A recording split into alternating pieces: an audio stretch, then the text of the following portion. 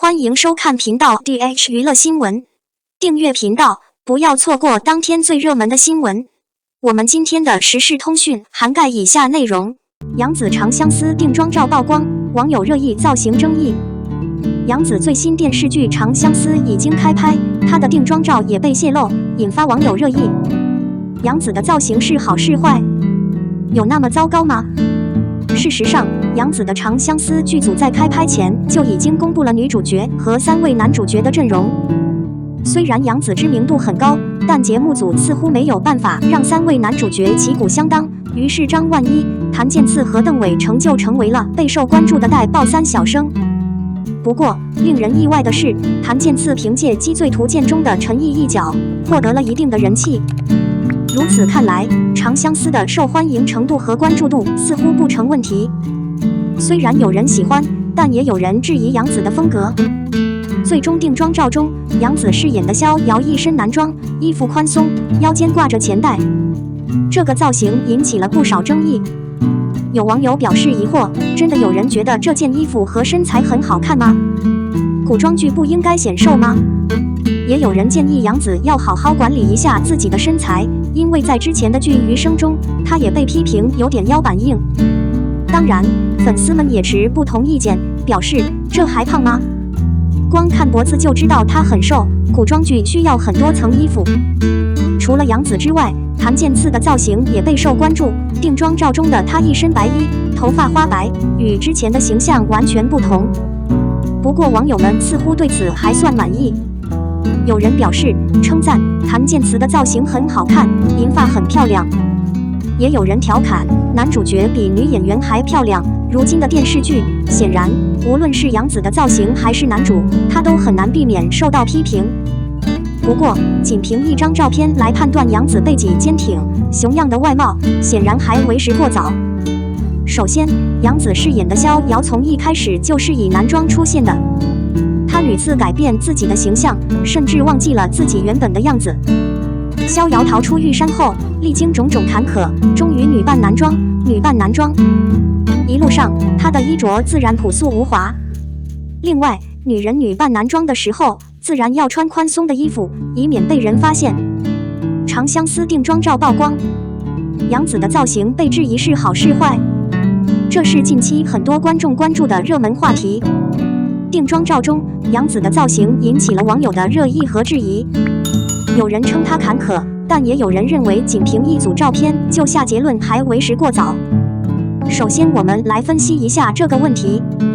从照片中可以看出，杨紫在《长相思》中的造型确实与她之前的形象有所不同。一些人注意到她衣服的粗糙面料、宽松的衣领和袖口，以及象征性的腰部领带，营造出宽松的效果，与《沉香如片》中优雅轻盈的模样形成了鲜明的对比。但我们是否可以据此完全否定她的风格呢？其实，如果我们仔细观察杨紫在照片和线下活动中的状态，就会发现她的身材并不像定妆照中那么臃肿。在某品牌的线下活动上，她穿着一件系腰带的牛仔外套，秀出了自己高挑修长的身材，与站在一起的其他女明星相比，丝毫不逊色。由此可见，最终的定妆照可能并不能完全展现出她的真实状态。也许我们应该更多地观望，做出更客观的评论。此外，对于备受期待的系列节目《长相思》，粉丝们当然也非常期待剧中的一切。不过，仅凭一组定妆照就完全否定女主角，未免有些仓促了。或许我们应该多一些耐心和理解，等待剧集播出后才能做出更客观的判断。最后，让我们回到文章开头的问题：长相思定妆照泄露，杨紫造型引发争议，真的有那么糟糕吗？或许我们应该从更多的角度来看待这个问题。毕竟每个人的审美不同，只有了解更多的细节之后，才能做出更全面、准确的判断。让我们耐心等待该系列的播出吧。被播出，相信杨紫会给我们带来惊喜。点评：杨紫的《长相思》首播评分，观众一针见血，差评理由出奇一致。聚光灯下，杨紫的新剧《长相思》终于顶着压力上线了。魏大勋的热搜持续上升，后来诚意带走了部分热度。杨紫身上有2座大山压着。本以为他能在绝境中东山再起，但是这部剧有太多让人困惑的地方。他不仅不喜欢玉骨遥，还忽视了 TFBOYS 的如此人气，观众纷纷表示差评。作为暑期档的有力竞争者之一，《长相思》在播出前就备受期待。然而播出几集后，网友却并不买账，还给出了差评。导演知道现在观众心中关于女赛的剧没有市场，所以导演反其道而行之，打造了一部男赛。得了吧，这个套路10多年前游王就用过，在张翰主演的《流星花园》中已经演过。你也用这样的老式框架吗？不过与《流星花园》不同的是，《长相思》的配置是1女3男，而且女主角和每个帅哥之间都有一条感情线，每个帅哥都有不同的风格。竹马表弟、天真烂漫的小狐狸、剧毒的九头妖，他们任何一个都可以和女主角单独拍一部电影，这在整个影视界都是相当炸裂的。我承认我是个贱人，也爱看这种狗血剧情，但是《长相思》看了几集确实让人失望。原本以为3个美男会甜蜜地爱上逍遥，但是3段爱情线实在是扑朔迷离，给人一种无缘无故呻吟的感觉。首先我分不清谁是男主，谁是逍遥的官方搭档。青梅竹马的轩轩认出了小瑶，把他留在了自己身边。杀死涂山璟后，他与逍遥分手，最后他才敢把心里的秘密告诉逍遥。啊，有问题！最后发生了什么？我还以为轩轩是男主呢，毕竟导演用了1整集的时间来回顾轩轩和逍遥的故事。后来在行医的过程中，逍遥遇到了九头妖香柳。香柳是一个心狠手辣、阴险毒辣的人，他经常捉弄小瑶，但他始终把对小瑶的感情记在心里，不理睬小瑶，直到他战死沙场之前，不要让他知道。小瑶在行医过程中救下了一只无辜的小狐狸，两人在相处中逐渐相爱，却遭遇了涂山璟家人的反对。逍遥误以为涂山璟生下了别的女人的孩子，与涂山璟分开。后来逍遥以为涂山璟死后是为了自己的爱情而自杀，涂山璟醒来后以为逍遥死后也想为了自己的爱情而自杀。导演，你在做什么？你是为了误会而强行误会吗？你是为了存在而强迫存在吗？而且如果逍遥误会了，何不问问涂山璟，化解误会呢？如果非要做这一切，那么看到纯粹的爱情就那么困难吗？剧组的拍摄手法也很让人摸不着头脑。第1集讲述男女主角不幸的童年经历，从第2集开始都是女主在清水镇开药店，讲笑话，吃喝玩乐，偶遇各种男主，平凡的日常生活，直白无趣，没有太多有效的情节，但导演和剪辑师为了缩短时间，开始放慢情节。剧情几秒钟就可以讲清楚，但导演不得不用慢动作，还加了一段 BGM。 原本这只是1集，时间不长，浪费了几分钟的时间让女主和男主对视一眼，故事还没有展开，人物的纠葛和情感关系还没有进入要点，用煽情手段简直是莫名其妙。没有这几分钟的对视，女主和他们之间的感情还不能表达出来吗？这种剧情不够，慢点补的叙事方式着实让观众反感。如果没什么可拍的话，不如直接拍女主角和男配角一起工作吧。国产剧的编剧能放弃这样的俗套剧情吗？如果你想恋爱，就好好恋爱吧。如果你想建立自己的事业，就正确的建立你的事业。在《长相思》里，爱情并不成功，事业上的事业也没有看到，这也是对玉骨的不认可。有网友表示，打开电视想看玉骨，结果旁边弹出了一个广告，不小心点开了，直接开始播放《长相思》，这真的让我大开眼界。现在我们不是靠剧情来赢得观众，而是靠技术，对吧？真想鼓掌。营销团队很难如此关注娱乐行业的趋势。TFBOYS 即将举办出道10周年演唱会，你只是想乘人气而去？如果有时间，不妨回去研究一下自己的剧情。前期营销那么轰轰烈烈，但是后面的剧情却跟不上，难怪观众给他打低分。首先，剧情拖沓，长相思》第1集有一整集的伏笔，成年男女主角直到最后几分钟才出现。我明白导演想表达什么。萧逍遥和萧萱萱因为家庭变故被迫分开。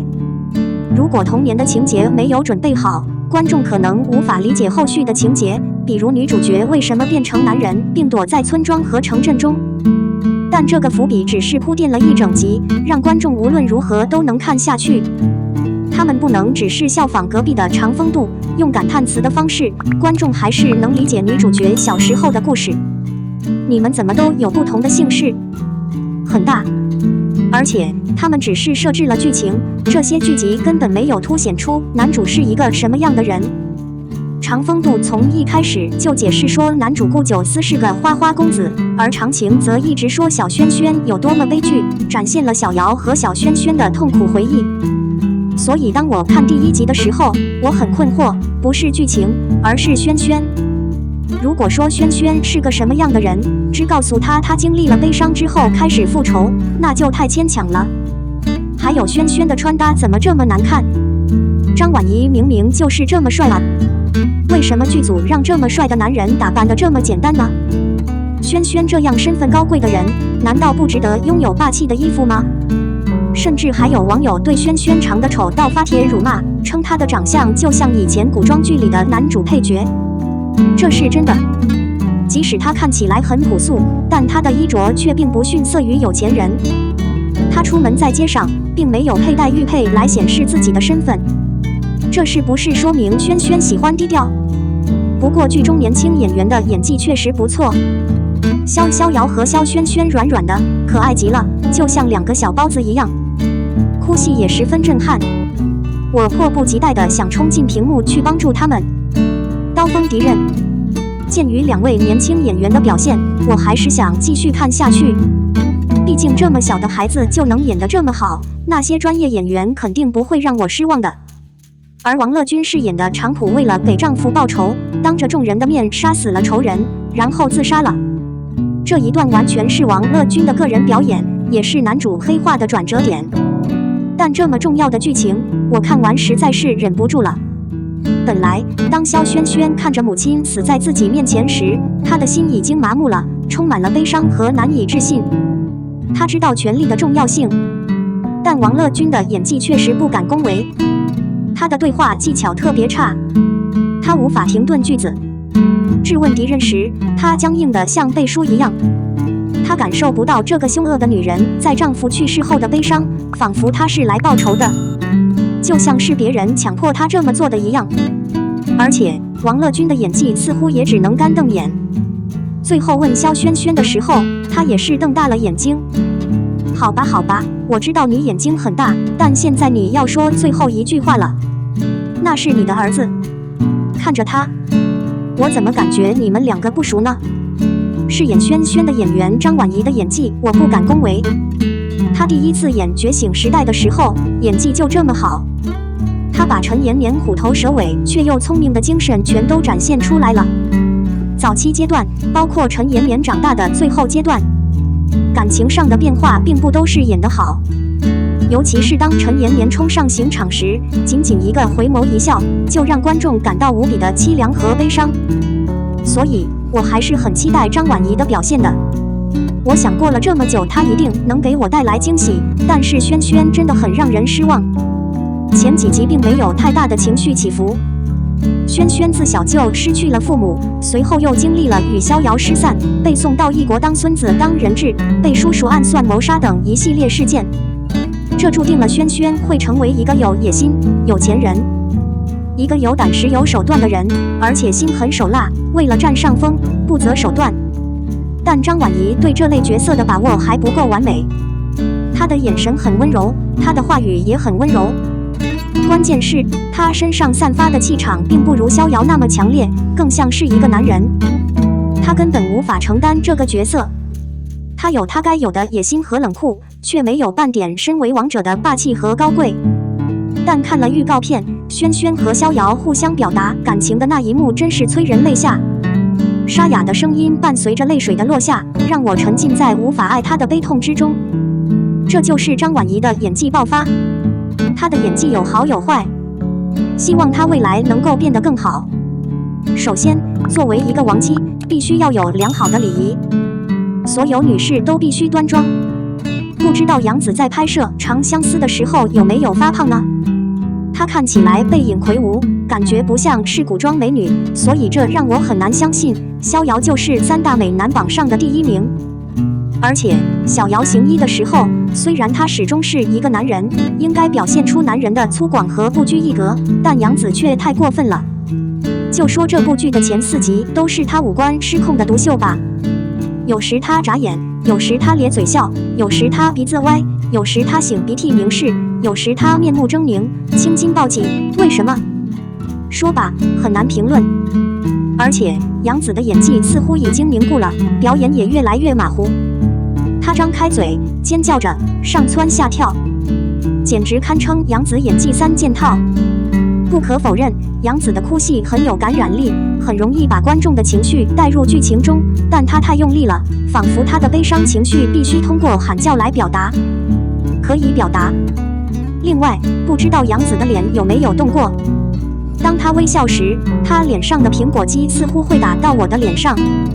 在一些镜头中，在灯光的照射下，杨紫看起来就像一个假人。她确实是不经过处理或者照片编辑，仅仅截图是不好看的。所以杨紫演戏的时候，脸上的硅胶感太强了。长相思的女主角连最基本的仙女之美都达不到，所以我很难继续看下去。我们的新闻部分文此结束，欢迎把你们的想法留在评论区，大家一起讨论一下。欢迎，也别忘了帮我点个赞加关注谢谢大家。